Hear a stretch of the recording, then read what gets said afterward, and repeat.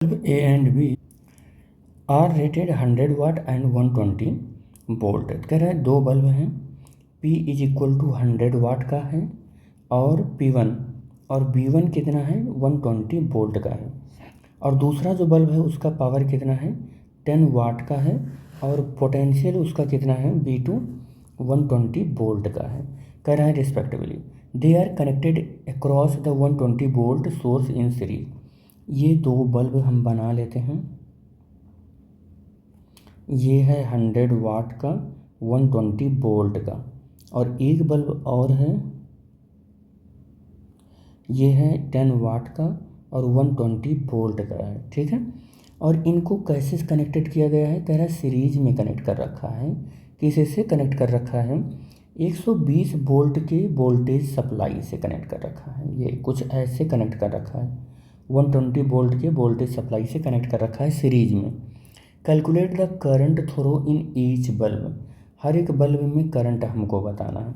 तो पहले तो हम इनका रेजिस्टेंस देख लें कि इनका रेजिस्टेंस कितना होगा।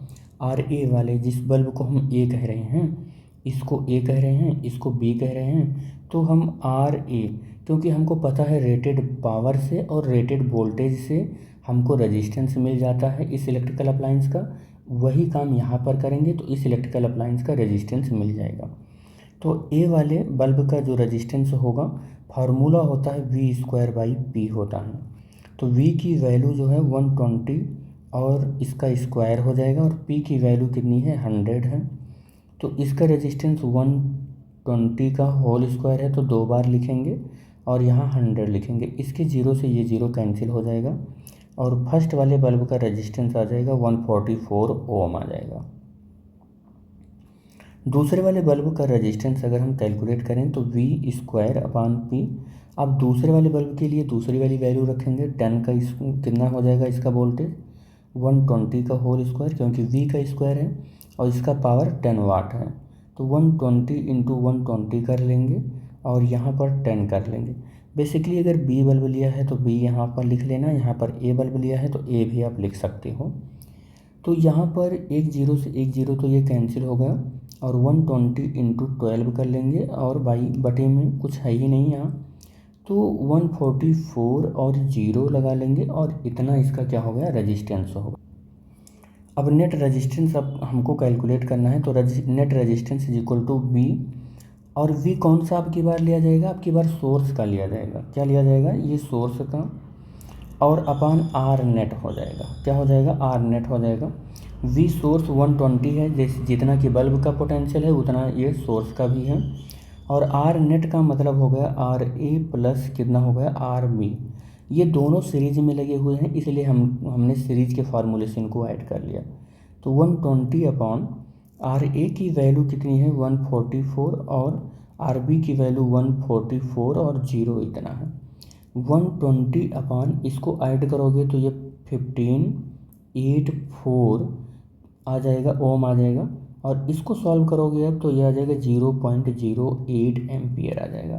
तो आई नेट कितना आ गया 0.08 एम्पियर आ गया, जो कि करंट कैलकुलेट करनी थी। क्या कैलकुलेट करनी थी, calculate the current through each bulb, हर एक बल्ब में कितना करंट जा रहा है, तो 0.08 एम्पियर का करंट जा रहा है।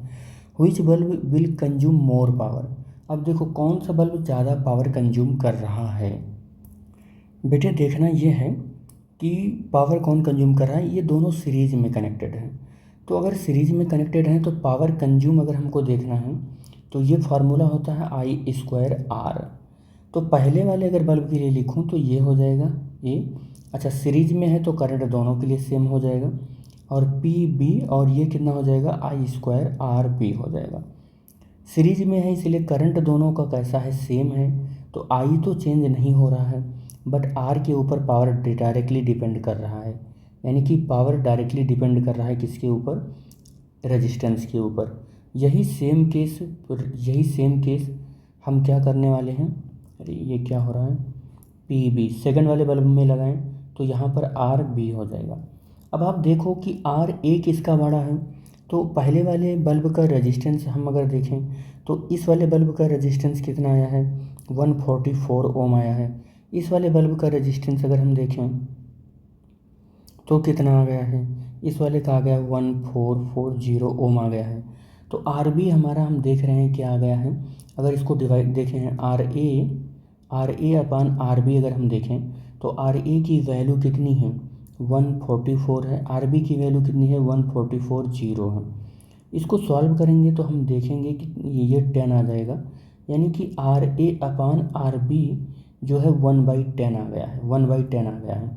मतलब आर ए जो है वो लेस देन किसके है, आर बी के हैं। या आप ऐसे भी कह सकते हो कि R A upon R B जो है वो लेस देन कितना आया है, 1 आया है। अगर ये वैल्यू लेस देन 1 आया है तो अगर आप इन दोनों पॉइंट को P A upon P B इसको आप डिवाइड करोगे तो आर ए अपान कितना आ जाएगा, आर बी आ जाएगा। और ये वैल्यू लेस देन 1 आई है तो P A upon P B भी तो लेस देन 1 हो जाएगी, और पी ए लेस देन कितना हो गया, पी बी हो गया। यानी कि जिसका रेजिस्टेंस ज़्यादा है सीरीज में कनेक्ट होने पर, जिसका रेजिस्टेंस ज़्यादा है सीरीज में कनेक्ट होने पर उसका पावर भी ज़्यादा होगा, उसका पावर भी क्या होगा, ज़्यादा होगा। अब कैसा पावर ज़्यादा होगा इस पर आप देखिए, यहाँ तो रेटेड पावर है, ये तो रेटेड पावर है।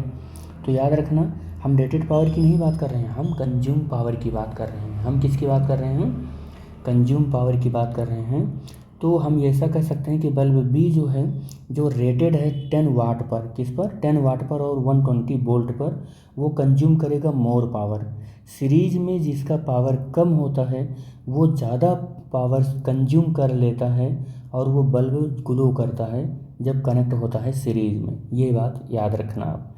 और जिसका पावर ज़्यादा है और सीरीज में कनेक्ट हो गया है तो वो लेस कंज्यूम कर पाता है पावर। इसका मतलब ये क्या करेगा, ये बहुत ब्राइटली ग्लो करेगा और ये थोड़ा सा फाइंड ग्लो करेगा, ठीक है।